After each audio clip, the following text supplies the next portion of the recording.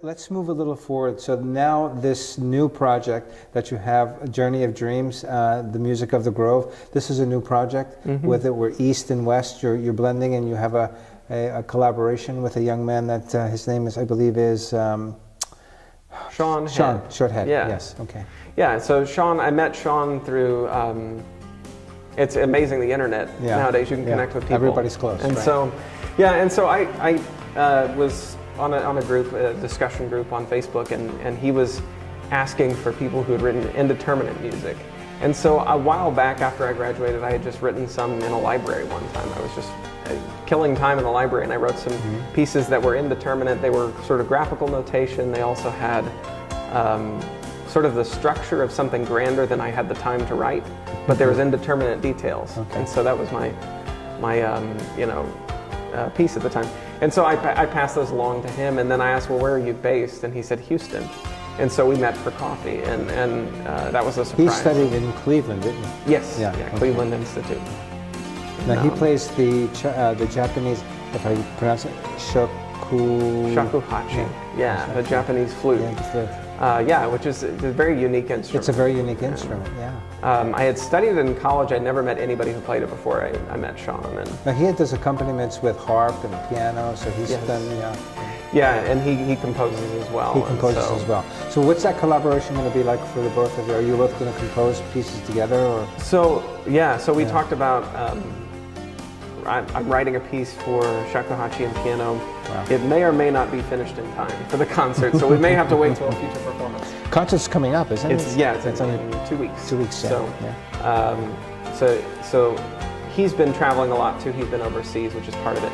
But also we have a few pieces that he had transcribed a piece for piano or harp and shakuhachi, which I'm playing with him. And then I'm also playing a piece by composer Bo Lee, a Japanese composer, which is a piece that Sean commissioned. Okay. And so he commissioned it last year.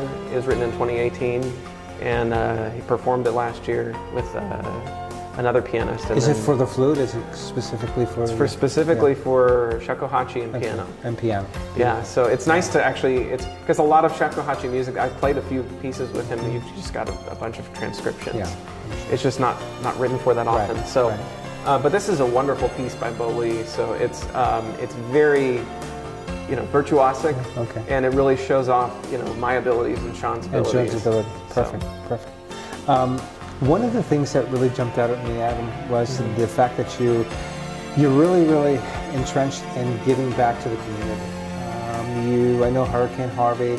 You had some performances. You outreach by giving tickets and playing at different places. Talk to us a little bit about that, because that's what we do here in the community. That's what this whole project is about: is giving back to the community. So.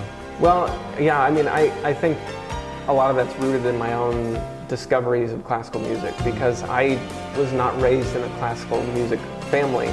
I discovered it on my own, and so it's a big passion of mine to bring it to people who might not otherwise get a chance to hear it. And so we offer donated tickets for each concert. Sometimes we have specific donors who will say, I can't make the concert, but I'll donate this many tickets. Great. And so it allows people who can't otherwise afford it to attend concerts. And we had one concert where we had a large group from Mission of Yahweh. They're a nonprofit women's shelter. Women's shelter. Yeah, in Houston, come out, and they bust, a whole 50 or something people out to one of our concerts. Great. And it was just one of the most rewarding experiences for me to get to play for people who normally, their lives are not filled with that level of beauty. Right. And so that's, one of my passions. And I think also a big part of it too was when I first came back to Houston, I played for retirement communities. Right. And so they're some of the best audiences you can have, because they just really love hearing anybody play for them. And so I love reaching out to people like that and bringing them beauty. And bringing them classical music. I think that's very important to you as a teacher and a student of music, right? Right, so, yeah. And I keep trying to learn myself. Right. Is a big part of it too. I keep discovering things. I didn't know much about Japanese music until this year. Now you do, right? And I learned quite a bit, So you have the Houston News Art the movement is a nonprofit. So that's a whole nother channel of what you do as a composer and an artist. Difficult to do. Lots of steps to.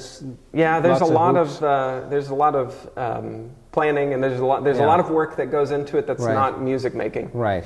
And because there's always that side of the equation, right? Right. It's a business too. And most of the musicians, we speak to and the composers, that's not the side that they enjoy so much. Right? That's my job. Right. As artistic director, as organizer, I do a lot of the promotions. I create a lot of the flyers. I create and at the same time, I try to see that as a part of my art and to see that as a part of what I do. I was inspired by visual art, and so when I'm creating a flyer, I tried to, think about what kind of art is going to draw artists into That's to a big music. part of your genre, right? Is combining the art with the music and blending that together. And you do it well. It's very, very nice that you do Thank that. you. Yeah. Most just it's just music, but you blend it very nicely. Yeah. Well, and that's what inspired me. And so it's I try to at every concert have some kind of visual artwork.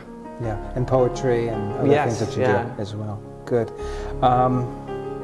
Talk to us about your teaching studio and your music studio. So I teach out of my house right now. I have a little back room, and you're a father as well. Yeah. My son was born last January. Okay, good. So you're a little busy, right? Yes, just a little bit. Yeah, he's kept me pretty busy, and he's a wonderful little guy. I have him sit him up on the piano occasionally and let him play. That's going to be a good introduction to his music. Yeah, and I think about how I discovered it myself. That's right. At least he doesn't have to go to his grandparents' house. He can just play at home. He has two pianos doesn't get to saw choose Sundays, from. so he doesn't get Sunday. Yeah. Okay. So, but no. So my studio you were asking about.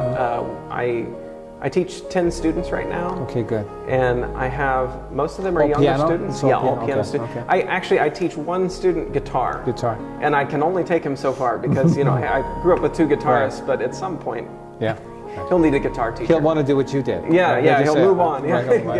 But I can show him some chords and some fingerings and scales and such. That's good. So about 10. Is there a specific type of method that you teach?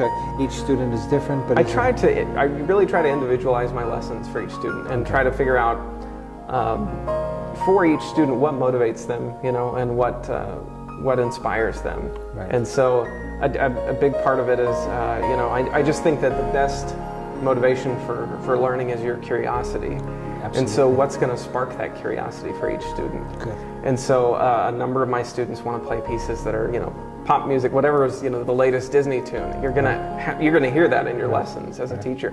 And so, I bring that in, and then I also try to give them classical music and let them explore that. Right. Because it's kind of this hidden world for the culture. That's right. So, so I have them do projects too. I have them do composer projects.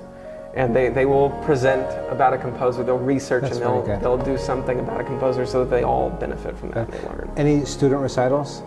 We do, yeah. We've done, every year we at least do one student recital. That's great. A lot of the times a Christmas recital will play Christmas beautiful. music. So. That's fantastic. That's got to bring you a lot of joy to see them grow. Oh yes, right? it's wonderful, yeah. It's good. It's hard to keep their attention, right? Because they're just kind of drawn all over the place. Yeah, and they're doing a million things. I don't know how they keep up with their schedules. Right. So. I don't know how they have bandwidth for all of that. So any new projects aside from the project that's coming up on the 28th? I'm thinking about my season sort of. So we have this concert. The next concert is going to be 2 large cello sonatas that we're presenting together. Okay. The 4A cello sonata, which is not as often performed as it should be. It's a wonderful piece. And then the cello Brahms and piano. Cello and piano. Yeah. Okay. And then the Brahms cello sonata. You bring your also students in when they come? Do they? Mm-hmm. That's good. Yeah, and a number of them will come to concerts, and they really get excited about that. Yeah. So that's going to be 2019 season? Yes. Well, those are the first 2 concerts. And then there's 2 other concerts in the season. Fantastic. And we're doing other music for those concerts. So. And tell our audience how we can get in touch with you, because I know that you've got your website was down a little bit today. Yes, I got a phone call. Yeah. I didn't know if I should email you or just kind of. No. So you can find us. You can find us now on artsmove.net. www.artsmove.net. So you can find us now on artsmove.net. And there you'll find all of our upcoming concerts. You can purchase tickets on the website. Also, we have Facebook and Twitter and Instagram, so you can find us on all of those platforms. All of those channels. Adam, thank you very much. It's Thank been you. a pleasure. You Appreciate are an inspiration to all of us here in Thank you so Houston, much. and really appreciate you taking time out of your busy day. Thank you so much for having me. Pleasure. Thank you.